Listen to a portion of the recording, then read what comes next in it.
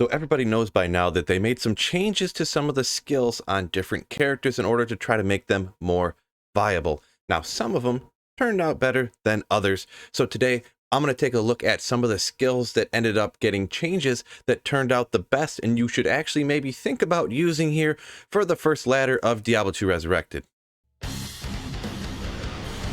Let's get after it. So I do want to mention what type of criteria I'm kind of using for what skills are the best new ones. Now, I'm not necessarily talking about skills that are competing with the Lightning Fury Javazan and the Paladin with the hammers. I'm talking about skills that are really good. You can get out there and farm really good areas, find the best items and the rarest items in the entire game. Also, I'm contributing into this how fun this character really is going to be to play. Obviously, clear speed, how good you can kill monsters is going to contribute to whether it's fun or not, but that is not the literal only factor. Some of it comes down to strictly how I think it feels.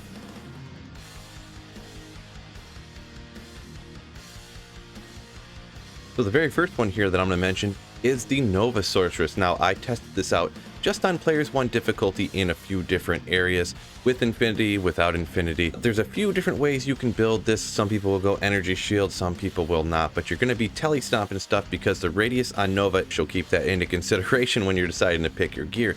You can also decide to go up to the 200 faster cast rate breakpoint for Nova, as opposed to the 105, which would be Nova and teleport and everything else like that. I have not personally gotten a chance to test it out, but I've definitely seen the 200 faster cast rate Nova absolutely flattening players 8 cows.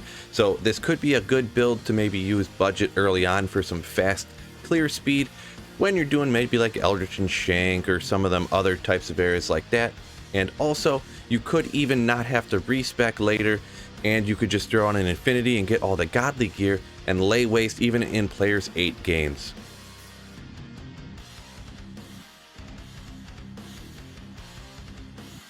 So this next one I think they absolutely nailed, and that is the Fist of Heaven's Paladin. It wasn't really even usable before. Obviously, with the different buffs, you're able to cast even faster. They added Pierce to the Fist of Heavens to all of the bolts. So it really is a extremely viable build, even though it's necessarily better in places that have a lot of undead monsters. These are going to be places like the Mausoleum, and don't sleep on the Arcane Sanctuary. All those ghosts are undead, and it does okay in the Chaos Sanctuary. Not everything in the Chaos Sanctuary is undead. You got those super powerful demon lords or whatever they're called. What the hell are those called? Or the monsters that are not undead. It does do lightning damage as well, even though it's on an immensely lower scale. So you're going to have your mercenary deal with those monsters, and you'll also whittle away with it slightly with that lightning damage. So this build isn't going to render the Hammered In unused from now on, but this is a definitely very, very good usable build here in the future, and a good change of pace.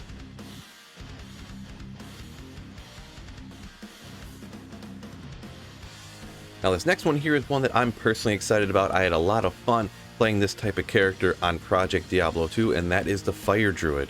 What they kind of did with this one is they eliminated the overlapping of the cooldowns for these skills, so you could throw one out, you can throw out Volcano, you can throw out Firestorm, then you can go out ahead and spam Molten Boulders, and the DPS, the damage per second, increases so much when you can actually cast spells instead of just sitting there waiting for the cooldown to go away.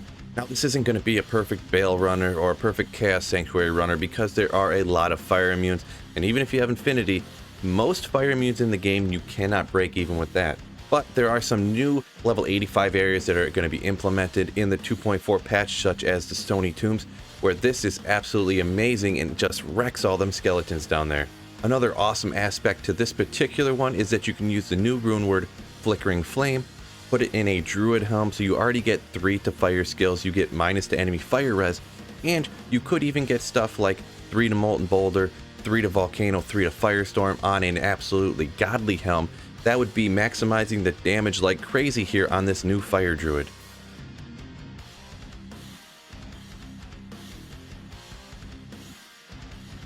So Sorceress was already everyone's go-to for every ladder start. Obviously you start off with Teleport, and all the different skill trees, Lightning, Fire, and Cold, were already all still pretty good. Even if you went Fire, meteor fireball still wrecked in the right areas. Well, they actually added another skill to the Sorceress in order to make it even more fun to play and different stuff viable, and that is the Hydra Sorceress. Now once again, this isn't necessarily going to be a player's 8 cow wrecker, but just remember, things being viable and fun and being able to farm isn't all about only farming cows and only doing bale runs. They're going to be adding these level 85 areas like I mentioned with the Fire Druid, a place that is good for fire characters, the Stony Tombs. On top of that, it absolutely slaughters Andariel. You can chop down Mephisto easy, and even Mephisto's council members around there, they are not immune to fire. Every once in a while, 1 or 2 of them are, but without problem, you can chop them down with the Hydras, and the synergies for Hydra, you can always be shooting more fireballs and raiding meteors on top of that. And of course, the go-to for anybody who's not a cold elemental damage dealer, Eldritch and Shank are no problem either. This is also one of the safest builds I have ever seen because you can literally throw Hydras around a corner and then run away and just twiddle your thumbs waiting for the Hydras to do all the work for you. A very great example of this is probably the new absolute best Mephisto moat tricking build that there is.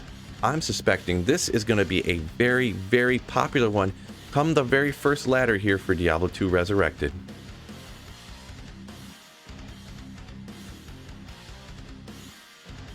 Now up next here is one that I had a lot of fun testing in the 2.4 PTR, and that is the Fire Trap Assassin. Now I will be honest, the Assassin is one of the characters I have the least amount of experience with.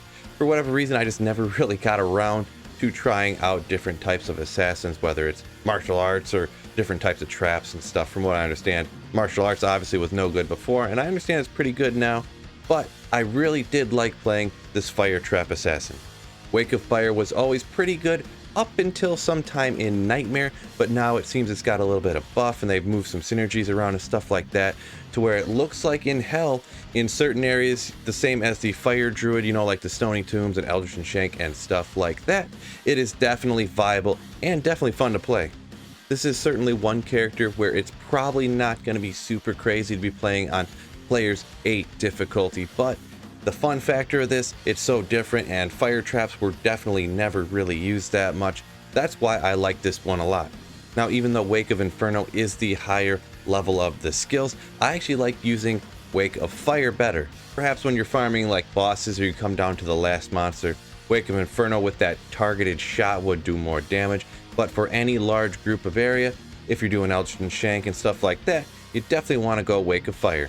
On top of that, for single target damage, you have a ton of synergies for Fire Blast, and it does quite a bit of damage to regular monsters, usually popping the rest of them out who are remaining, one at a time, single shot in each one. Now, when I did this character, I did utilize Death Sentry. Still, with that Corpse Explosion, it is incredibly powerful, so it's also kind of a dual spec build if you do it the way that I did, since that Death Sentry does that Corpse Explosion that is half physical and half fire, and also, it does also shoot lightning damage. Alrighty, now here's where you come in. I haven't had the time to test literally every single skill in the game. I've tested a lot of them, but not everyone, so head down in the comment section and let me know any of the skills that you think got buffed up and are going to be super fun here to use in the first ladder for Diablo 2 Resurrected. I do want to just plug real quick, I actually have 2 other channels that I'm working on. Links into the description. One is a video editing and content creation type channel, and another one is Sweet Phil Clips. It's going to be clips straight from my live stream, so make sure you head down in the description and give me a subscription over there and maybe check some of those videos out. So yeah, peace out YouTube, and don't forget, Keep slaying.